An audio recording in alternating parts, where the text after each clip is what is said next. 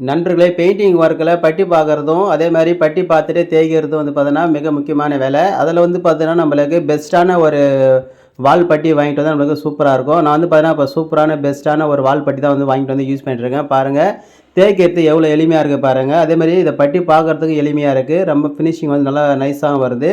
ஆ பட்டி பார்க்கறதுக்கும் பெஸ்ட்டாவும் இருக்கு. தேய்ச்சு எடுக்கிறதுக்கும், ஃபினிஷிங் கொண்டு வரதுக்கும் ரொம்ப பெஸ்ட்டா இருக்கு. இப்ப என் மேல பாருங்க எவ்வளோ வந்து பவுடர் இருக்கு பாருங்க. அந்த அளவுக்கு எளிமையா இருக்கு தேய்க்கிறதுக்கு.